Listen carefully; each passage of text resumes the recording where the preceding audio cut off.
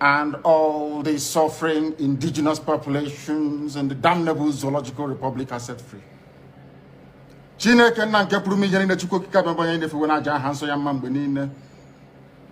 Onye ọbụla na ya na-achị eluigwe n'ụwa na-agba akaebe ịhụnanya gị na ebere gị amara gị n'ọmịiko gị ebe ndị gị na-eze ebede ngọzi. Anyị wee na-etoghị agbanyeghị atụmatụ ọjọọ niile nke ndị iro. Iwe nye anyị ndụ ala nke dị n'uwere n'ụbọchị nke taa. Anyị wee na-asị na ịja mma niile otu niile dịrị aha nsọ gị. Onye ọbụla anyị aka ike niile na ọ gbadara aka ya. Anyị wee na-akpọku gị na-asị gị na nke ọma anyị ga-ekele gị nke ọjọọ ma anyị kelee gị. Anyị wee na-aja gị mma wee na-eto gị wee na-asọpụrụ gị n'isi ụmụ gị niile bụ ndị ikwu ndị wee ezi oku mgbe a kpọrọ ha ka ha wee chekwaa ala nsọ gị bụ Biafra onye nwe m na Chineke na ihe n'ikpere anyị nkwa na o mekataghị ka ndị iro wee were ala nsọ Biafra onye nwe m na Chineke na nke bi n'igwe agbanyeghị atụmatụ ọjọọ niile nke ndị iro ma ndị na-agba mgbọgba ebe niile dị iche iche onye m na Chineke nna n'ihere bụ nke ndị dị etu a n'ụbọchị nke taa. Anyị wee na-eto gị wee na-asị onye nwe anyị na Chineke nna nke pụrụ m ihe niile onye ọbụla anyị a na-azọpụta onye ọ bụ naanị ya bụ okwu ya niile bụ ihe na amen. Anyị wee na-asị ezi ebube dị ngọzi na ọtụtụ na-eja mma na nsọpụrụ site n'ebighị ebi ma ruo n'ebighị ebi. Ise ise ise. Welcome, my amazing viewers. Thank you so much for joining me on my program once again. I appreciate you wherever you are joining from. If you have not subscribed to my channel, please kindly subscribe to my channel. Click the notification bell so that you'll be notified each time I upload a video. You will be among the first to receive it. Thank you so much and remain blessed. If you are joining me from Africa, Asia, Europe, America, Australia, or any part of the world, I thank you very much for your contribution. Please, each time you watch my video, go to the comment section and put down your comments. That is where we learn from each other. We learn a lot from the comment section. I don't speak alone. I am speaking with you. You can equally contribute. You can criticize if you so desire, but do it constructively so that we can learn from one another. That is why we are here. Thank you so much for joining. Remember, you have to say what is happening in your own area. Whatever happens, if you see something, say something. Don't be silent. We cannot allow the conventional media to continue to change the narrative. We cannot allow the conventional media to continue to play down the situation. We will continue to bring the situation the way it is and say it straight the way it is without hating anybody. We are not preaching hate speech. We are not talking down anybody. We say leave and let's leave. And for those who say we will not leave, just like the Fulani Janjaweed have said, they will not leave either. Let's begin what's trending. Travel restrictions imposed on southern African countries and the African continent by world leaders in a bid to curb the spread of the new COVID-19 variant, Omicron, which has been designated by the World Health Organization as a variant of concern because of its concerning number of mutations, has garnered mixed reactions. Well, over the weekend, Akinwumi Adesina, president of the African Development Bank, in a series of tweets, advised world leaders not to label or penalize African nations because of the new variant. Adesina, who is one of the strong advocates of equity in vaccine distribution, said that Africa is not the source of the COVID-19 pandemic and appealed for global justice, equity, and fairness in vaccine distribution. Well, in the meantime, a video of Dr. Ayode Alakija, the co-chair of the African Union's COVID-19 Africa Vaccine Delivery Alliance, discrediting the travel ban, has gone viral. In the video clip, courtesy the BBC, the doctor said that the Omicron variant was inevitable because the world has failed to vaccinate countries equitably. Well, let's take a look. And may I say firstly that had the first SARS-CoV virus, the one that was first identified in China last year, originated in Africa, it is now clear that the world would have locked us away and thrown away the key. There would have been no urgency to develop vaccines because it would have been expendable. Africa would have become known as the continent of COVID. What is going on right now is inevitable. It's as a result of the world's failure to vaccinate in an equitable, urgent, and speedy manner. It is as a result of hoarding by high-income countries of the world. And quite frankly, it is unacceptable. These travel bans are based in politics and not in science. It is wrong. Why are we locking away Africa when this this virus is already on 3 continents. Nobody's locking away Belgium. Nobody's locking away Israel. Why are we locking away Africa? It is wrong. And it is also time that our African leaders stand up and they find their voice. African leadership need to sit up in this moment. Our presidents need to wake up in this moment and realize that this is not business as usual. Their continent is at stake. Our lives are at stake. And we cannot allow the world to do this to us. Well, this video has gone viral. I'd like to take a tweet from Akinwumi Adesina before I come to you guys for analysis. He wrote in those tweets, Africa must accelerate the manufacturing of its own vaccines and set up its own healthcare security defense system. Africa must no longer outsource health security of its 1.8 billion people to the benevolence of others. Tweeted to WHO head and all of the people concerned. But, you know, Tundu, you were telling me that the doctor was absolutely right with her comments, but she did get some backlash as well, you know, because of the fact that we need to manufacture our own vaccines and not depend on other nations. But for me, I don't see why both positions cannot be correct. We had a respected virologist earlier as our guest on the show, Professor Tomori, venerated, not even respected, but I respectfully disagree with him. He was on that side stressing the fact that we are the ones who have dropped the ball. We have been remiss in the way we have let that side of medical research go fallow. Obviously, that is true. But while you're having your self-flagellation, your woulda, shoulda, coulda, which is a total waste of time right now, you can also address the fact, and it is a fact, of vaccine inequity in the world. You can walk and chew gum at the same time. I know you know this very well, Rufai. I really resent the fact that the veterinary vaccinations are still being produced in VOM, but human vaccinations are not. What kind of country is this? So that is true. But on the other hand, the points that she was making are also true. The case in Belgium had no contact with anybody from Africa, any traveler from Africa. The flights out of Belgium have not been stopped. Why so quick to, lock the door on Africa? It is constant. You'll recall with Ebola as well. It was like, stop all the flights from Africa. There's always this unseemly rush to tar us as this hotbed of disease, of poverty, of squalor, and it must be addressed. The idea that prejudice plays no part in this, I'm sorry, is a fallacy. And I did say right at the beginning when we're talking about our news headlines, I could not remember the expert that we had. It wasn't Professor Tomori, I definitely remember him. We had an expert on this show who completely dismissed the idea of prejudice. And I did say, when you're an expert, when you're a scientist in that rarefied field, you would, because you're trained in that way. You look at data, you don't stoop to looking at prejudice and what have you. But that is a very small percentage of the world's population. A lot of people are prejudiced, and I think this reeks of prejudice. So both can be correct. I agree with you, both can be correct, but what would you advise to be done? I mean, that's exactly what countries Vaccine should do. equity immediately. I'm talking about the travel ban. With regard to the travel ban, vaccine equity now, immediately, to get everybody vaccinated. And obviously, hopefully, unless we're completely, without hope at all, learn the lessons from this disaster. Like I did say, why do we have livestock being vaccinated with Nigerian produced vaccines and we cannot get it? It's actually nothing short of shameful. So you can walk and chew gum at the same time. Right. I mean, Tundu, I know you are very refined in your word, but I will be very dirty this morning.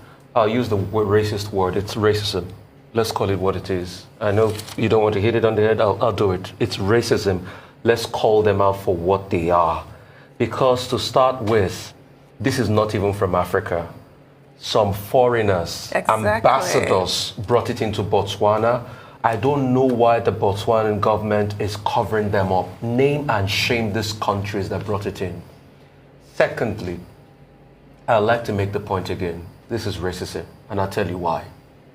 Recently, there was a study conducted in the UK that shows that, yes, you can actually be skin biased when it comes to science and medical equipment. You remember the oximeters, the oxygen meters that was shown to read higher for black people than for white people? Sajid Javid, Secretary of Health, is looking into that in the UK. You remember the Tuskegee trials? Oh, gosh. Why was it only black people, the Tuskegee syphilis trials? So it is racism at its finest, and these people don't care. I mean, they colonized us in Belgium, Congo. They said we were animals. Leopold killed millions of people. They've not accounted for those crimes. So vaccine inequity is small for them. And that's why when they tell me I don't want to use obscene words this morning, the annoying part about, yes, it's cost and scale. Botswana can pay $29 because some people paid before Botswana. Imagine. But why should they pay that? And we're talking about vaccine equity around the world. And the West should come clean on this. I was shocked. If the tweet is true, like Piers Morgan tweeted this morning, that don't call it a South African variant. Don't call it that. And we can't continue to live in a world where there's a lot of racism. But on the flip side of it, who do we blame? We blame our own leaders that make their own selfish and personal interest more than the collective lot of our people. That's why I blame. You heard what Professor Tomori said this morning, that they have submitted a vaccine candidate. They had done the research work and all the proposals just for clinical trials, and they pushed that proposal to the Minister of Health for whatever it's worth, and nothing has been done. If we are in a sane country, if Nigeria is a sane country, the Minister of Health should be answering questions on why a vaccine candidate proposal for clinical trials is just sitting and gathering dust. Well said, Rufai. I mean, the fact that we are not even dying in droves should be a testament. We should use that to our advantage. Oh, I'm sorry, OJ. You asked me about travel bans. Yes. I didn't answer that. Yes. Travel bans have been proved to not be as effective as the non-pharmaceutical preventions. Travel bans can make people complacent. You might think, okay, it's all out. Like Belgium now. That case is showing community spread. Nobody was in contact with that person from Africa. So travel bans are really not the solution. I just wanted to answer that. Well, if there's anything that has been proven with COVID-19 since 20 months ago, it's about how the politics of COVID-19 is in itself a reflection of geopolitics, the inequities in the world, and the conflict of nationalisms and sovereignties that we have seen. And so at every point, you find that nations, in trying to preserve the integrity of their own space, play politics, even with COVID-19, in the same manner in which they play politics with everything, whether it's fishing relationship in the English Channel between France and England, or some other issue in any part of the globe. And we saw the sign of this very early when President Trump almost unilaterally divided to refer to the COVID-19 when it became known as the China virus. And you know that it was on the basis of that profiling, characterization, labeling, that the World Health Organization, the WHO, stepped in and then introduced the Greek alphabet to ensure that this virus of international concern, this major international issue does not get thrown into the politics of my Mercedes is bigger than yours, my country is better than yours, and vaccine nationalism. And I think that even in the case of the Omicron, that at the end of the day, that standard has been maintained by the WHO. The WHO itself has come forward to condemn any kind of labeling. And I think that the WHO acted swiftly in attaching a Greek alphabet to it. However, before the WHO did so, South African countries, about 6 of them, 7 plus Mozambique, were already being slammed with travel restrictions. But of course, the South Africans spoke up on Saturday, Sunday. First, Naledi Pandor, the Minister of International Affairs and Cooperation, and also the President of South Africa, saying that, look, the people who are banning travels from Southern Africa, they are not following the science. What is more important is to follow the science rather than follow emotions. And I think within 72 hours later, we have seen that this particular variant is not restricted to a part of the world.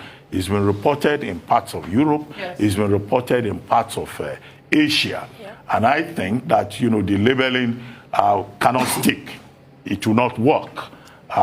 It's the travel and tourism industry internationally that is affected, because South Africa had to cry out because it was affected. And it's just as well that the United States has specifically singled out the South African scientists for commendation, for moving fast in doing the genome sequencing, and also for the South African government for being transparent. And another support that has been received in the spirit of African brotherhood is from the Nigerian side.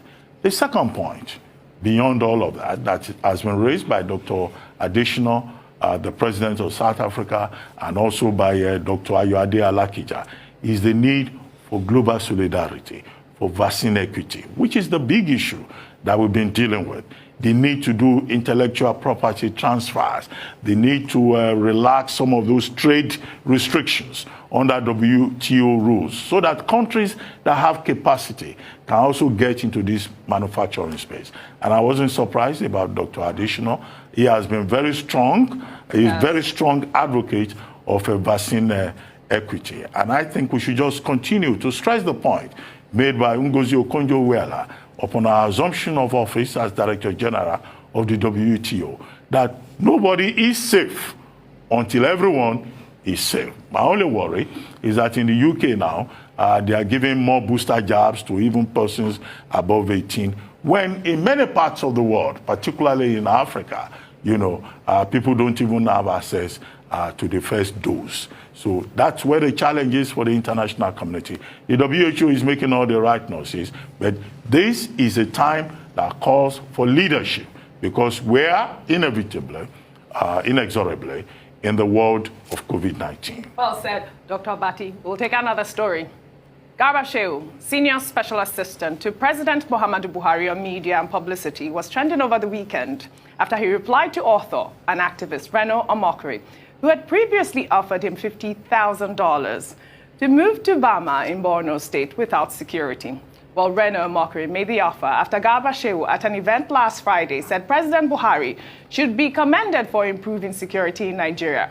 Well, in response to Reno's $50,000 offer, Garba Shehu shared a post on his Facebook page stating, "My message to anyone who made money using Leah Sharibu's sad ordeal and are flaunting it remains unchanged. This is blood money. I don't need any of it." Dr. Abati, I'm coming to you on this story. Reno, your friend. I don't know whether I should start Monday morning commenting on Titu Tatu between Garba Shehu and Reno Omokri. But the point is this. Look, Reno Omokri was calling out Garba Shehu, with Garba Shehu saying President Muhammadu Buhari has done a lot in terms of ensuring security in Nigeria. And he offered, tongue-in-cheek, I guess, $50,000 if Garba Shehu could go to Bama unprotected and go and spend some time with terrorists. It's just the weekend, I think. Yeah, yeah.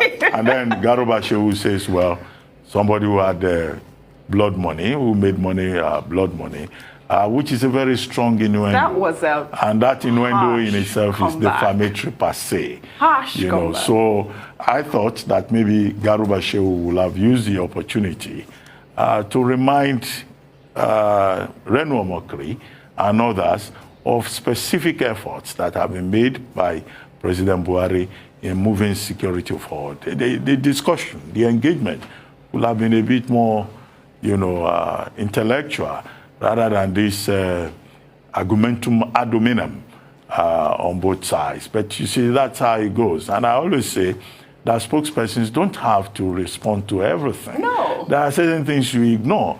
Windbaggery is not an asset for a spokesperson. But I see that my good friend Garba Shehu would respond to anything. Yes, I had to even ask if the inflection on your good money doesn't sound acceptable to him. He could easily have ignored Reno Omokri. No, I was sure he was going to respond. We've seen this by Garba Shehu a million times, Sundu Abiola. Yeah, I agree with what you said. I just felt that response was really unnecessary. And I was always under the impression that Reno Omokri was trying to make Leah Sharibu a cause celeb so people don't forget her where she is, and not that it's blood money, especially as the fact that she's not dead. So I thought that was really unnecessary. Absolutely, Rufai. I mean, Dr. Batu, this is called Baskbos. On the Twitter here, there's a name for it. It's trending. Baskbos. Baskbos, back and forth. Stuff like this, I guess. But amidst all of this, let's not forget that there's massive insecurity. I was talking to a friend over the weekend, and she said a couple of years ago in this country, she got into a Volkswagen Jetta, and she had a couple of her friends, and they're Caucasians, and they drove up north to Borno area. In fact, their car got spoiled on the road, and they slept in the car overnight. And that was the fun Nigeria they knew when they came into Nigeria, adventurous. But can you do that again? You won't even think about it. You won't even think of it. So that's to show you the insecurity going on in this country. And the fact that Garba Shehu mentioned Leah Sharibu. Let's not also forget that Leah Sharibu needs to come back to her parents. Yes. Absolutely. And Really she's very sad much alive. situation. Thank you very much. Yeah, we'll take our final story if you can pull that up real quick. Well, Festus Keyamo, Minister of State for Labour and Employment, in an interview on live television, said the Lagos Judicial Panel on police brutality was illegal and a waste of time. Well, the minister, who is also a lawyer, urged other lawyers to read the Tribunal of Inquiry Act of Lagos State, which states that the governor will have the power to inquire into the conduct of any person and chieftaincy matters and any matter that would promote the good of the public. He further stated that the Lagos State government, which set up the judicial panel, lacks the power to probe the conduct of police and military officers, and by that virtue of the 1999 Constitution, only the federal government can investigate the military and the police. I mean, I think that this is quite serious. It was NEC that sets up the panel. I don't understand. It wasn't the people. Lagos State government. It was the National Executive Council. Gave them 6 weeks. All 36 states should set up panels to look into police brutality. And they even were specific. Each panel must be headed by a retired High Court judge. You must have a youth representative, one student representative, one representative of the police force, one representative of the Human Rights Commission, I believe, and then you must have a fund for compensation of victims, the National Executive Council, I stress. So a minister in this country, because he wants to defend the indefensible, doesn't know about that, In August, 8 states gave their reports to the NEC. They submitted their reports to the person who asked them to set up the panel. Yes. In any case, as a senior advocate of Nigeria, I'm sure Festus Keyamo, I don't need to educate him on this, should know that he's raising a question about jurisdiction. Yes. The jurisdiction of that tribunal of inquiry. And he must know that it's not something that he can just raise, in an off-the-cuff remark on television. Because the jurisdiction of a judicial body speaks to the functionality, the meaning, the essence of that particular panel. And that's why it can be raised before, during, and after the sitting of that particular body. And it's not something you raise in a very frivolous manner. If you feel so concerned, he knows the place to go to. He should go to court. It's not a thing on which he can make a final statement and say, I'm a senior advocate of Nigeria. That's not how it's done. Quite clearly. Take it off the net. That's all I have for you on What's Trending today. I'll see you all tomorrow.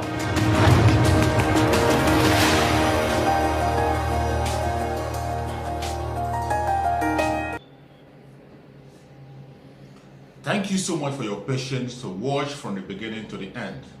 I hope you have learned something from the video you have just watched. The video you have just watched is to bring information to your doorstep and for educational purpose. It is not to demonize anybody. Let us watch continuously and see who can be able to make a sense out of every nonsense we are seeing. We must continue. We move. It doesn't matter what they do. It doesn't matter what they say. They will kill us. Kill them. At the end of the day, Biafra is here. Thank you for watching. If you have not subscribed to the channel, please kindly subscribe to the channel. Click the notification bell so that you're notified each time I upload a video. You will be among the first to receive it. Thank you and remember blessed. Bye-bye. See you